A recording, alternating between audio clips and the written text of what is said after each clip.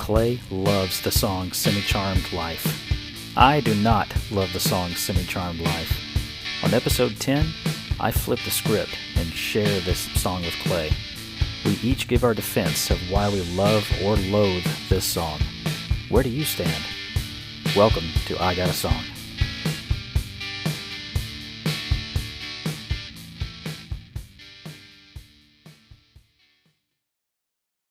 All right, welcome back to the show for all of you people who've stood the test of time to get to this point with us. I'm Michael.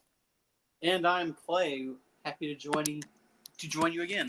Welcome to the show. This is where we spring surprise songs on each other for reactions and laughs and cries and everything in between. We discuss the merits or demerits of whatever song that's been given to the other. And it's my turn this time. It's my turn. We just had a great episode on with Jim Croce, and I'm ready to drop a good song on you. But before I do, I want to not so much ask you a question as make a statement or an observation that I know you share with me. Okay. And that I'm sure many people out there share the same ideal. It's the idea that a certain song, a certain artist, or a certain album, whatever the case may be, can take you to a very specific time in your own life. Oh my heavens, right? Yes. And many times it's a fantastic place, full of great memories and great people. Sometimes it's a bad place. Sometimes it's a rough place. Ooh. I have songs and music that take me to a rough spot in my life. And obviously I don't listen to that stuff very much, but But it pops in, and you don't want to always suppress it. It'll pop in, yeah, exactly. You can't go full 100% positive with the songs, all the time. Exactly.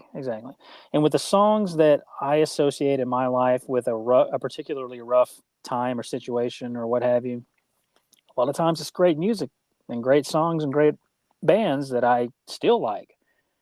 But there's that taint, you know what I'm saying? Ooh, yeah. There's that, there's that, you're like, oh man, really, and these memories just kind of flood back over you. Now, something like an example would be maybe like just I want to just express that I feel like I understand what you mean. So like, say you hear a song and you're like, oh, my ex, it was rough, but this was our song or whatever. Yeah. And years later, you're like, I kind of hate this song now.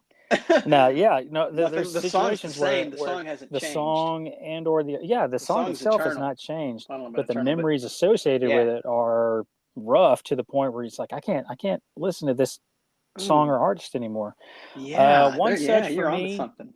One such for me would be, and I know you don't really care for them if you know anything about them at all. The band Train. Okay.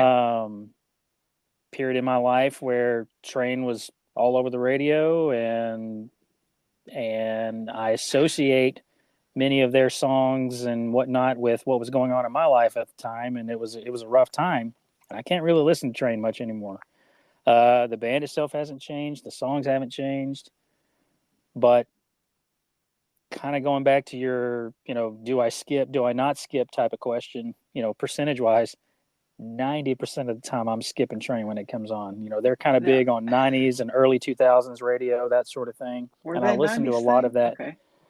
Maybe even late 90s. I'm looking at their top 5 on Spotify, and I know if I heard one of these, I would recognize it. But for some reason, when you say Train, I'm like, okay, that's one of those dark period of the early 2000s kind of.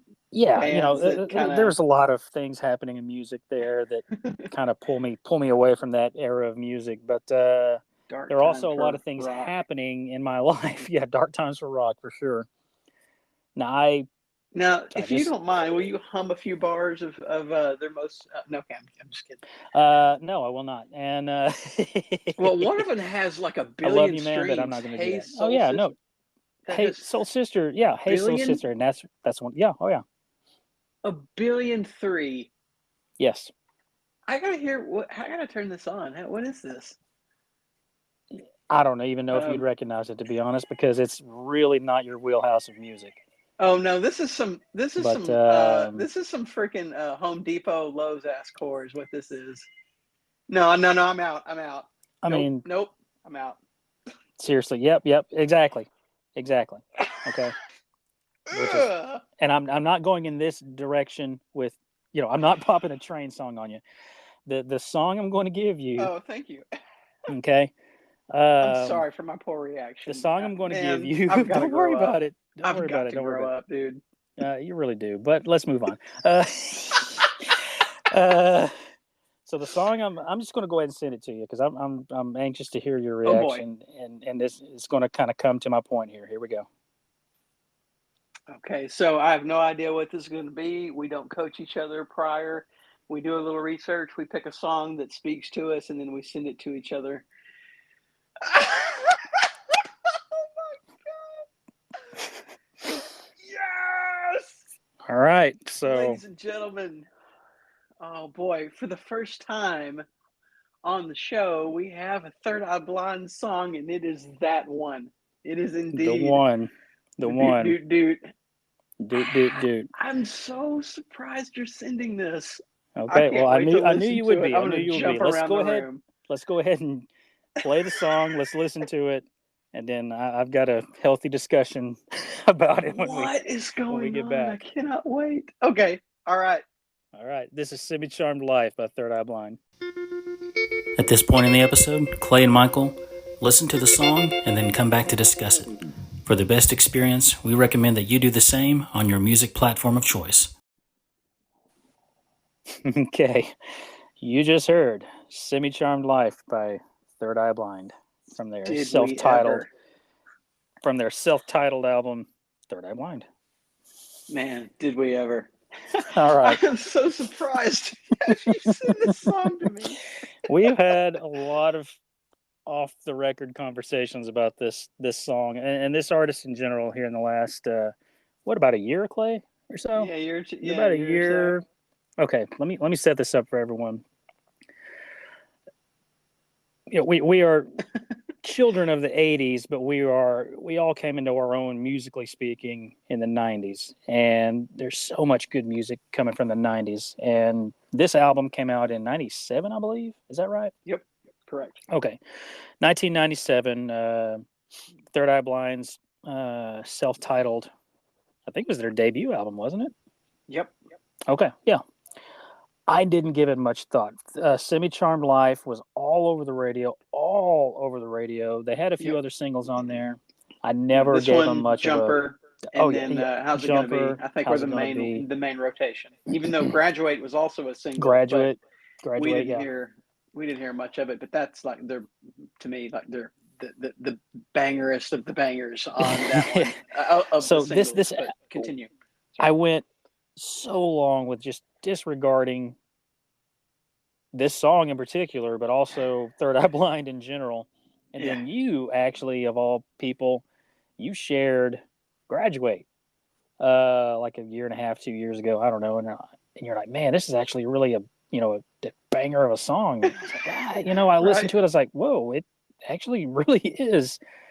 And here in the last year or so, we've had this sort of renaissance moment with this album and Third Eye Blind in general. Yeah. And we're like, how did this get by us? How did it elude us? And I'll tell you how it eluded me. Okay. It kind of goes back. Yeah, it kind of goes back to what I was saying in the intro: music that can take you to a specific moment in time. Okay. Okay. You know the story, but the people listening don't. So this came out our senior year of high school. I didn't have what I would call a bad senior year of high school. It's just that there were a lot of changes. There were a lot of shifts. There were things happening in many good ways, but things happening in many, not so great ways, like in my life, in my schoolwork, things like that. I don't know. In my friend circle. Clay, you and I were friends in high school, but I want to say we didn't really start hanging out in earnest until like during senior year, or perhaps right after we graduated. Was that a fair assessment? Yeah, we were in the same kind of group of people, but we we were in didn't the really same hang out circle of one-on-one. friends. And I've had classes with you back to like Ms. Reddick's class in seventh grade. Seventh grade English. Seventh grade English. Oh yeah. But this song, we didn't hang out one-on-one. This song was we were in the really same big on the radio when, like I said, several things were happening, but the big thing that was kind of happening was I'm kind of losing a childhood friend. We had already kind of started getting into our own things, kind of finding new, like we were in the same big circle of friends, but we were kind of finding our cliques within those circles, expanding beyond our circles, things like that. And it was two different directions. Yeah. And this song was just gigantic on the radio at the same time. And I was bummed because I was like, kind of felt like I was losing my, one of my best friends. And again, kind of associated with the other things that were going on in my life at the time. And then I don't know, I've always associated that specific time period in my life with this song. And I guess for a very long time with Third Eye Blind in general, I did not give them the diligence they deserved until because of that the last year and a half. Exactly, because of that. It really colored it colored my ability to give them a fair shake. And this was a song that was revered by the friend that you were. Yes, yeah, oh yeah. He was blasting it day in and day out for a long time. Trying to, it was one of those things where it's like he was onto it. He was onto it well before, and I won't say well before everybody because the song was huge and so was the album, but because of my negative association with the song, I felt better about saying, you know what, screw you and screw this song, and that's so funny. And that the thing is the association of this song with this person, you wrote off the song. Yeah, I did, and it still colors it to this day. I don't care for it. I don't. Now here's my internal dilemma. Okay. Why did you send it? It's so strange. Listen. Okay, listen. Here is my internal dilemma. It is a good song. Okay. It is a even great song.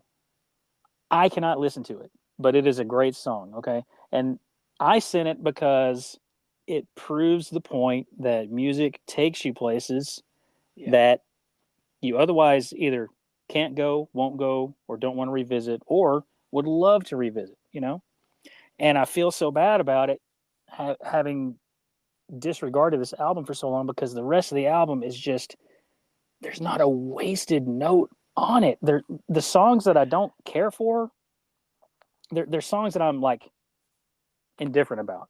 There's not a song like I don't like Semi-Charmed Life, and it's probably the absolute one song that I'll skip if I'm doing like an album listen. But even the songs that I'm like middling about, like maybe London, the song London on the album. We both went to London. Yeah, it's not a bad song. It's just unmemorable. Not bad. And it's just unmemorable. Yeah, the album I usually don't skip. I just go start to finish. No skips. There's just that just. And it's I wanted to share this song because of how strongly we both feel about the song. Where that's such a great thought, because care for it at all, but you love it. And I know that it but I didn't. And I think I didn't like it for the same reason as you. Now, if I'm being real honest with myself, that I don't like it. if I think about what I was like when I was 17 or 18, mm-hmm. I and I haven't changed. I haven't evolved a lot, sadly. No, okay, but no, that's for the counselor to talk about. Anyway, Right. all right. So, but no, like, yeah, this song was just considered like, I just thought it was uncool, and I guess it kind of is, and the lyrics are bonkers, and oh yeah, it speaks to but I things didn't that give a shit. I like didn't care about the lyrics then, right. then, and and no one was listening to paying very close attention. If anyone Not had really, been, it no. wouldn't have been on the radio because but Exactly.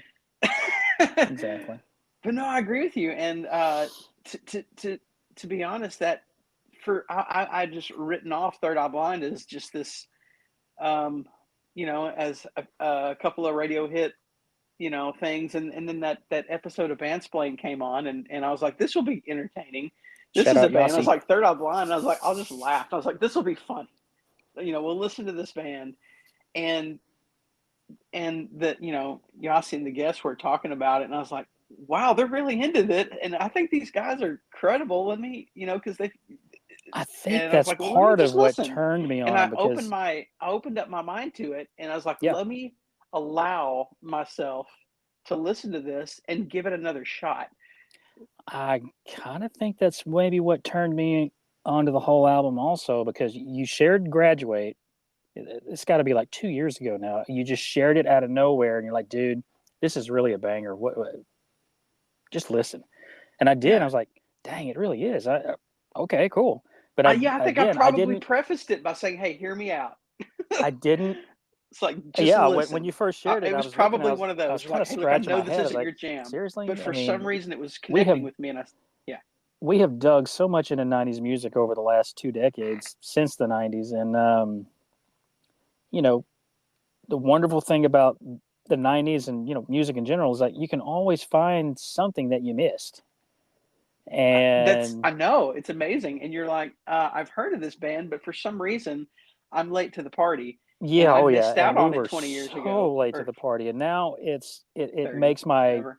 like easily top 5 albums of the 90s, just easily. I mean, just it's in the conversation. It's always going to be there now. It's just Oh it's man, you want to too do it? You want to do a quick it is too impromptu top 5 I albums of the really don't, 90s? but I really don't because But I don't want okay, to but get if you did, shredded. But you think that Third Eye Blind self-titled's in there?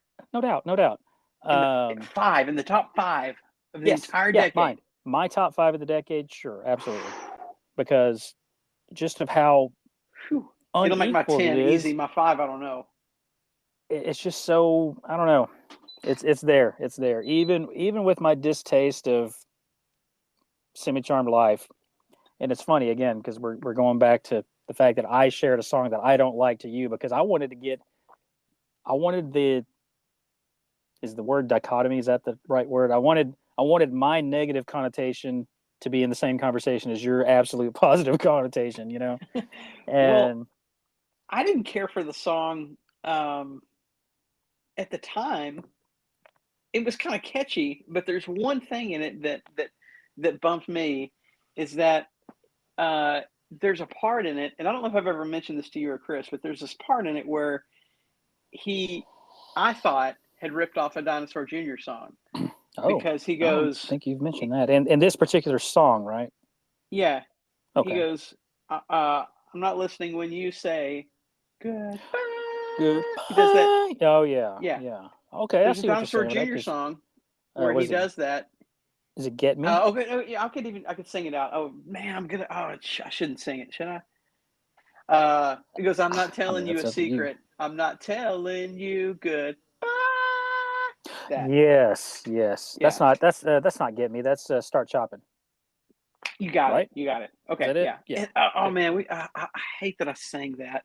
Okay, but that's it's out there. It's already there. It's done now, and I'm not going to edit it because I don't know how. Nope. There is no post-processing.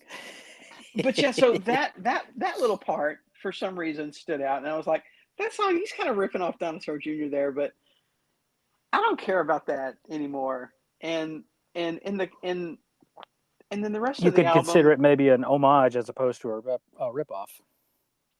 Yeah. I mean, people have been, borrowing and stealing from other, But anytime somebody does the same thing, it's going to sound different a little bit somehow. There's never just a straight rip. I mean, I guess there are, but what I'm trying to say. Oh yeah, yeah, yeah, and kind of going back to the band splitting episode. That episode is something like 3.5 hours long or something. It's a long episode, and more than half of it is this album. Yeah, I mean, I think they play something like 6 or 7 tracks from that. Yeah, oh yeah, and they reference just about every single song in some kind of way. They talk about every single one of them, and they play snippets of a couple of the ones that they don't do a full playthrough of, and it's just the enthusiasm that Yossi and I believe his name's Chris Black. That Yossi and Chris had for this entire album, even with it sold me. Yeah, and the song. And they don't have sold it. The song sold it. But their enthusiasm was like, okay, I need to listen. They're even kind of talking about the creative genius of Stephen Jenkins versus his wildly erratic ego. I mean, by all accounts, he's not a pleasant guy to be around, from what I understand. But he just puts. I mean, I don't know. It's hard. It's hard. There's a lot. We could go on and on. And the thing is, it's another one of these situations where so much has been said. It's hard to have an original thought about this band and their music, 25 years later. But again, that's part of their. I knew you to a place. I knew I wanted to share a Third Eye Blind song, and I actually had another one picked out. But I got to looking at the list, and I was like, I think I'm going to share this one because of my negative connotation. I wanted to get it out there and talk about it. I didn't want to share another song and then share a safe song from the album because I love it so much. The song I had planned on sharing was Thanks a Lot, which has kind of become my favorite song on the album. Man. And it's just such really great, fantastic song. And I didn't want to, I was ready to talk about it. And of course, all the points that I was going to make about Third Eye Blind and this album and its relation to us and our, like light bulb moment of rediscovering this album. But it was like, I'm going to make it tougher. I want to talk about,